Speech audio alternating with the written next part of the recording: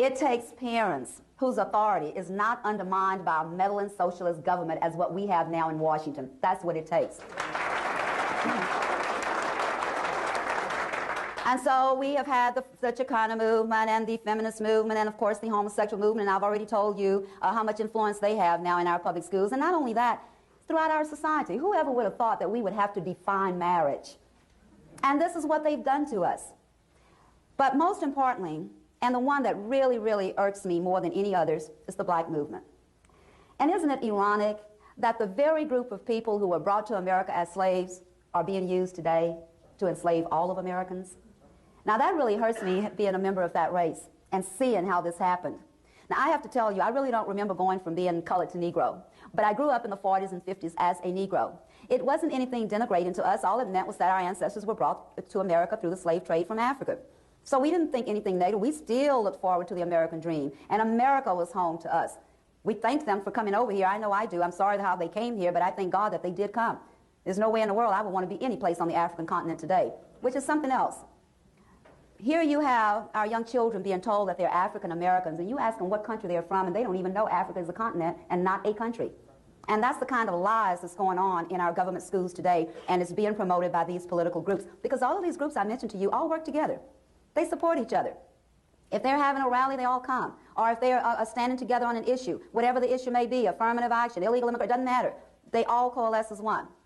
Now, when I talk about black leaders, which is what I'm going to discuss, because I want you to know why you have multiculturalism and diversity in our schools today, and why you have corporations that's demanding that their workers learn about diversity, which is so ridiculous. I've been on this earth more than half a century, and as long as I've been in America, it's always been diverse. So I've been wondering, what do they mean by that? But what they mean is that they want to divide us. They want to divide America and keep Americans hating each other. And they're teaching our children hatred and disdain for America by teaching them every other culture but their own. There's only one culture that should be taught in American schools, and that's American culture. At any rate, growing up as a Negro, you know, we really didn't have the kind of hatred that I see today. I can remember in high school, like high school children today will maybe go to the mall and window shop. Well, we would leave our high school and we go downtown to the big expensive stores and window shop. And there you have the colored only and the white only drinking fountains.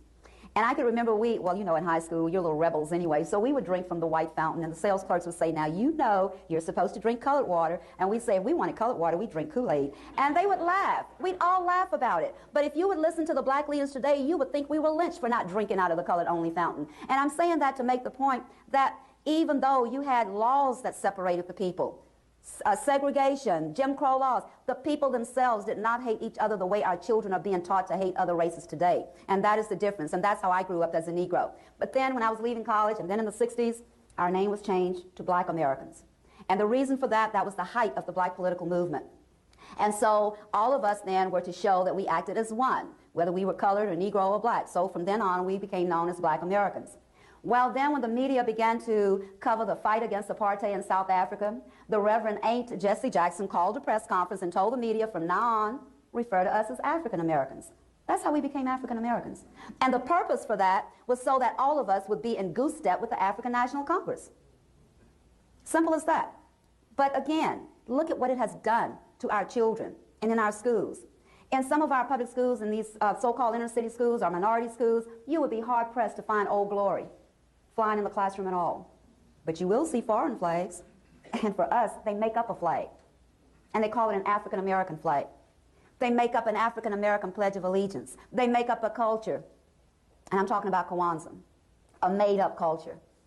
But it's been so accepted by so many people, even Texaco got in trouble for not recognizing it as a legal holiday for their employers. Totally made up. I worked with the guy at the school who made it up. At the time in the 60s, he formed an organization called U.S. United Slaves. He and his United Slaves had a shootout with the Black Panthers in the cafeteria of UCLA, in which 2 people were killed. Later, he was sentenced for torturing 2 of his female followers. He resurfaced, changed his name. Now he's head of the Black Studies Department in one of our major universities in California, spewing more hatred. And you know, when we talk about these black history classes and African American studies, that's nothing more than, again, promoting hatred. And there's not very much truth, if any at all, in some of the studies that they give these young people.